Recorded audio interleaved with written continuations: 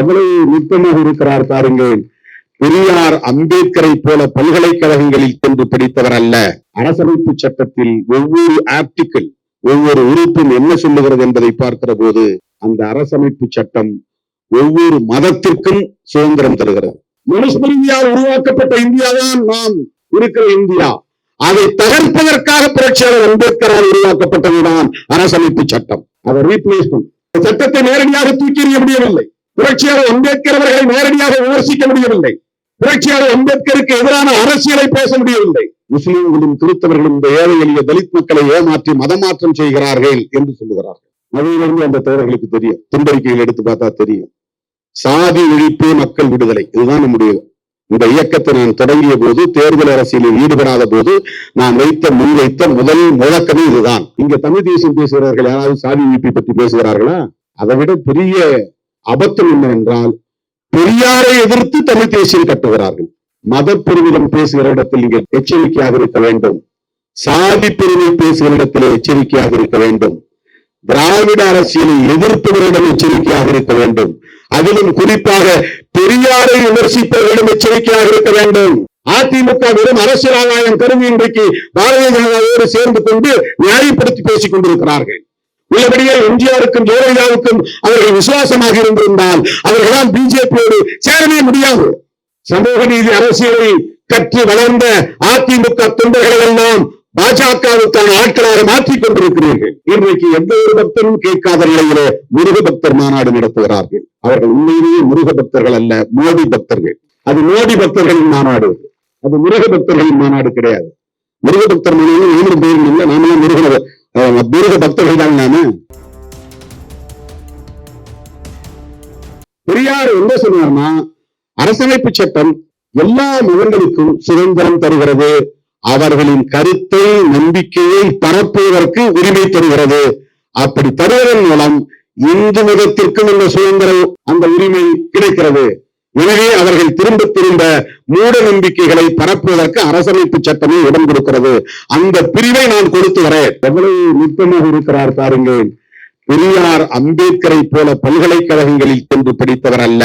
அரசமைப்பு சட்டத்தில் ஒவ்வொரு ஆர்டிக்கிள், ஒவ்வொரு உறுப்பும் என்ன சொல்லுகிறது என்பதை பார்க்கிற போது அந்த அரசமைப்பு சட்டம் ஒவ்வொரு மதத்திற்கும் சுதந்திரம் தருகிறது. நீ பிரச்சாரம் பண்ணிக்கலாம், உன் கருத்தை பரப்பிக்கலாம், நீ எப்படி வேணாலும் நம்பலாம், எந்த பிலீஃப் உனக்கு இருக்கலாம், அதை இந்த கான்ஸ்டிடியூஷன் அனுமதிக்கிறது. அதுதான் கான்ஸ்டிடியூஷன்ல இருக்கிற முக்கியமான ஒரு செய்தி. அதை எதிர்த்து பெரியார் போர்க்குரல் எழுப்புகிறார். அதற்காக அரசமைப்பு சட்டத்தை கொளுத்துகிற போராட்டத்தை நடத்தினார். அம்பேத்கர் மனுஸ்மிருதியை எரித்தார். மனுஸ்மிருதிக்கு ஆல்டர்னேட் தான் கான்ஸ்டிடியூஷன் ஆஃப் இந்தியா. அன்னைக்கு உருவான மனுஸ்மிருதி தான் இன்னைக்கு இருக்கிற இந்தியாவை உருவாக்கிருக்கு. நம்ம பார்க்கிற discriminatory India which is made by Manusmriti. மனுஸ்மிருதியால் உருவாக்கப்பட்ட இந்தியா தான் நாம் இருக்கிற இந்தியா. அதை தகர்ப்பதற்காக புரட்சியாளர் அம்பேத்கரால் உருவாக்கப்பட்டதுதான் அரசமைப்பு சட்டம். அதை ரீப்ளேஸ் பண்ண மனுஸ்மிருதிக்கு பதிலா அன்னைக்கு கோட் ஆஃப் மனு என்பவர் எழுதிய சட்டம் இந்தியாவை இப்படிப்பட்ட நிலைமைக்கு ஆளாக்கியது. நான் எழுதுகிற சட்டம் புதிய இந்தியாவை உருவாக்கும், மாடர்ன் இந்தியா. அந்த புதிய இந்தியாவிலே பாகுபாடு இல்லாமல் இருக்க வேண்டுமானால் இந்து மதம் அரசமைப்பு சட்டமாக இருக்க முடியாது. ஆகவே இந்த சட்டம் செக்யூலர், முக்கியமானது. இதுதான் அவர்களுக்கு கண்ணை உறுத்துகிறது. கண்ணிலே விழுந்த தூசி போல உறுத்தி கொண்டிருக்கிறது. சட்டத்தை நேரடியாக தூக்கி எறிய முடியவில்லை. புரட்சியாளர் அம்பேத்கர் அவர்களை நேரடியாக விமர்சிக்க முடியவில்லை. புரட்சியாளர் அம்பேத்கருக்கு எதிரான அரசியலை பேச முடியவில்லை. முஸ்லிம்களும் கிறிஸ்தவர்களும் இந்த ஏழை எளிய தலித் மக்களை ஏமாற்றி மதமாற்றம் செய்கிறார்கள் என்று சொல்லுகிறார்கள். எப்படி ஒருத்தனை ஏமாற்றி மதம் மாற்ற முடியும்? இந்த வன்கொடுமைகளை தாங்கிக் கொள்ள முடியாதவர்கள் அவர்களாக போய் மதம் மாறினார்கள். இந்தியாவுக்குள்ள இருக்கிற முஸ்லிம்கள் எல்லாம் ஒரு காலத்துல இப்படிப்பட்ட வன்கொடுமைகளுக்கு ஆளான முன்னோரு வாரிசுகள். வெவ்வேறு சாதியில இருந்திருக்கலாம். இங்க பிசிங்கிறது அவர் சொன்ன மாதிரி மிஸ்டர் டாக்டர் கே.எஸ். சலம் அவர்கள் சொன்ன மாதிரி இங்க பிசின்னு சொல்ற இன்னொரு ஸ்டேட்ல ஷெட்யூல் காஸ்ட், அடிப்படையில எல்லாம் திராவிடியன்ஸ், அவன் பார்வையில எல்லாம் சூத்ராஸ். ஆகவே உங்களுக்கு கொடுமைகள் இருந்தது. சாதி கொடுமை என்பது எஸ்சி/எஸ்டிக்கு மட்டுமே எதிரானது அல்ல, ஒவ்வொரு சாதிக்கும் எதிரானதுதான் சாதிய கட்டமைப்பு. சாதி ஒழிப்பு என்பது எஸ்சி/எஸ்டி மக்களுக்கான கோரிக்கை அல்ல, சகோதரத்துவத்தை விரும்புகிற ஒவ்வொருவரின் கோரிக்கை இது. ஜனநாயகத்தை மதிக்கிற ஒவ்வொருவரின் கோரிக்கை இது. சமத்துவத்தை விரும்புகிற ஒவ்வொருவரின் கோரிக்கை. அதனால்தான் தன்னியல் தான் சத்யராஜ் சொன்னாரு, சாதி ஒழிப்பே தமிழ் தேசியம். நான் 1990 எழுதின பல முழக்கங்கள்ல இது ஒண்ணு, சாதி ஒழிப்பே மக்கள் விடுதலை. அதன் பிறகு துண்டறிக்கைகள்ல சாதி ஒழிப்பே தமிழ் தேச மக்கள் விடுதலை அப்படின்னு அடிச்சிருப்பேன். அதெல்லாம் பழைய துண்டறிக்கைகளை பாத்தீங்கன்னா தெரியும். இதெல்லாம் 90, 92, 92 அப்பெல்லாம் நீங்க யாரும் இங்க இருக்கிறவங்க கட்சி வந்திருக்க மாட்டாங்க, ஒரு சில பேரை தவிர. அதிலிருந்து அந்த தோழர்களுக்கு தெரியும், துண்டறிக்கைகள் எடுத்து பார்த்தா தெரியும். சாதி ஒழிப்பே மக்கள் விடுதலை, இதுதான் நம்முடைய இந்த இயக்கத்தை நான் தொடங்கிய போது, தேர்தல் அரசியலில் ஈடுபடாத போது நான் முன்வைத்த முதல் முழக்கமே இதுதான். இன்னைக்கு தன்னியல் தான் அண்ணன் பேசுறாருன்னா அவரும் இடதுசாரி சிந்தனையாளராக இருக்கிறார், பெரியாரியவாதியாக இருக்கிறார். அதனால் அவருக்கு தன்னியல்பாக இது வருகிறது. இங்க தமிழ் தேசியம் பேசுகிறார்கள், யாராவது சாதி ஒழிப்பை பற்றி பேசுகிறார்களா? அதை விட பெரிய அபத்தம் என்னவென்றால், பெரியாரை எதிர்த்து தமிழ் தேசியம் கட்டுகிறார்கள். தமிழ் தேசியத்தின் உண்மையான எதிரி யார் என்பதை கூட உங்களால் அடையாளம் காண முடியவில்லை என்கிற போது நீங்கள் எப்படி தமிழ் தேசியத்திற்கு ஆதரவான சக்தியாக இருக்க முடியும்? இது பெரிய முக்கியமான ஒரு செய்தி. தமிழ் தேசியம் பேசுகிறார்கள், போலி தமிழ் தேசியத்தை பேசுகிறார்கள். உள்ளபடியே தமிழ் தேசியத்தின் எதிராக இருக்க முடியும் என்றால் இந்திய தேசியமாகத்தான் இருக்க முடியும். தெலுங்கன் எப்படி தமிழ் தேசியத்திற்கு எதிராக இருக்க முடியும்? கன்னடம் எப்படி தமிழ் தேசியத்திற்கு எதிராக இருக்க முடியும்? அவனவன் தேசியத்தை அவனவன் கட்டியமைக்க வேண்டும்.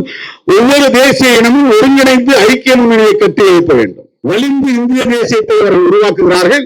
அது இன்றைக்கு பிஜேபியால் முன்வைக்கப்படுகிற இந்துத்துவ தேசியமாக இருக்கிறது, மதவெறி தேசியமாக இருக்கிறது. அதையெல்லாம் பேசாமல், அதையெல்லாம் எதிர்க்காமல், அதையெல்லாம் அம்பலப்படுத்தாமல், அவர்கள்தான் விளைவுக்கும் காரணம் என்று சொல்லாமல், அவர்களுக்கு பின்னால் இருக்கிற அதானி அம்பானி போன்ற பெருமிதவாளிகளை பேசாமல் பெரியாரை போய் எதிர்க்கிறார்கள் என்று சொன்னால் இவர்கள் யாருடைய ஆட்கள் என்பதை புரிந்து கொள்ள வேண்டும். அவர்களே, மத பெருமிதம் பேசுகிற இடத்தில் நீங்கள் எச்சரிக்கையாக இருக்க வேண்டும். சாதி பெருமை பேசுகிற இடத்தில் எச்சரிக்கையாக இருக்க வேண்டும். திராவிட அரசியலை எதிர்ப்பவர்களிடம் எச்சரிக்கையாக இருக்க வேண்டும். அதிலும் குறிப்பாக பெரியாரை விமர்சிப்பவர்களிடம் எச்சரிக்கையாக இருக்க வேண்டும். இது ஒரு மெசேஜ் நான் சொல்றேன், ரொம்ப முக்கியமான செய்தி. எல்லோரும் இங்கே குழப்பிக் கொண்டிருக்கிறார்கள். கருத்தியல் அடிப்படையில் எனக்கு ஒரு தெளிவு தேவை, உனக்கு ஒரு தொலைநோக்கு பார்வை தேவை. அதிமுக வெறும் அரசியல் ஆதாயம் கருதி இன்றைக்கு பாரதிய ஜனதாவோடு சேர்ந்து கொண்டு நியாயப்படுத்தி பேசிக் கொண்டிருக்கிறார்கள். உள்ளபடியே எம்ஜிஆருக்கும் ஜெயலலிதாவுக்கும் அவர்கள் விசுவாசமாக இருந்திருந்தால் அவர்களால் பிஜேபியோடு சேரவே முடியாது. எடப்பாடி பழனிசாமி அவர்கள் மீது நான் மரியாதை வைத்திருக்கிறேன். நீங்கள் மிகப்பெரிய வரலாற்று பிழையை செய்கிறீர்கள். சமூக நீதி அரசியலை கற்று வளர்ந்த அதிமுக தொண்டர்கள் எல்லாம் பாஜகவுக்கான ஆட்களாக மாற்றிக் கொண்டிருக்கிறீர்கள்.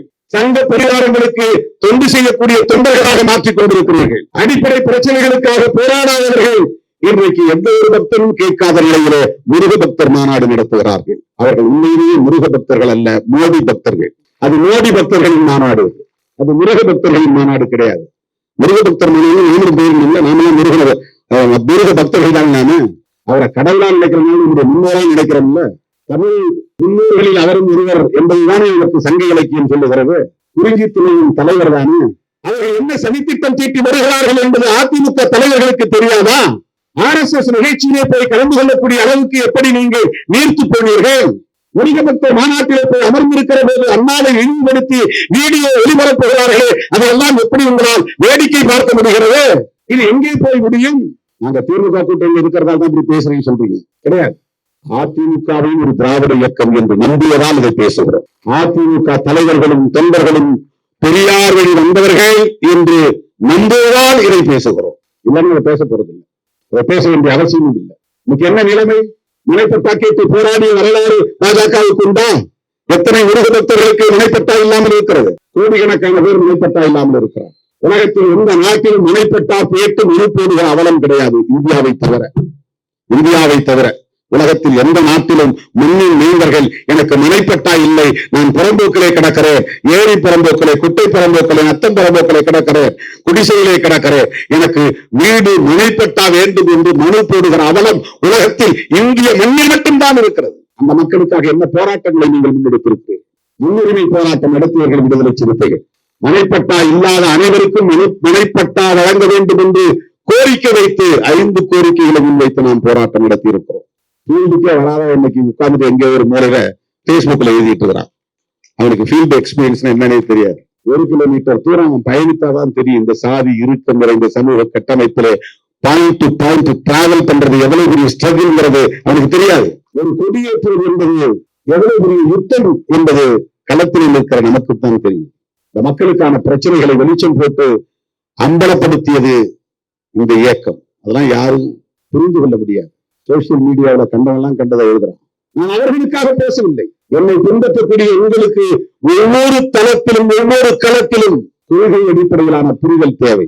கொள்கை அடிப்படையிலான புரிதல் தேவை. அவன் சொல்ற மாதிரி ஏதோ டிஎம்கே விட இவங்க டைப் ஆயிட்டாங்க, அதனால்தான் இப்படி ஏடிஎம்கே பக்கம் போகாம இருக்கிறாங்க அப்படின்னு இந்த கட்சியின் தொண்டன் புரிந்து கொள்ளக்கூடாது. இந்த கட்சியின் தலைவர்கள் புரிந்து கொள்ளக்கூடாது, தவறாக புரிந்து கொள்ளக்கூடாது. இதை சொல்றதுக்கே ஒரு போல்ட்னஸ் வேணும்.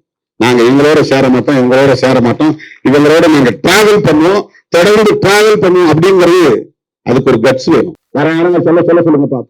அரசியல் களத்துல எங்களுக்கு ஏற்படுகிற இழப்புகளை பற்றி நாங்கள் கவலைப்படவில்லை. தேர்தல் இழப்புகளை பற்றி, தற்காலிக இழப்புகளை பற்றி.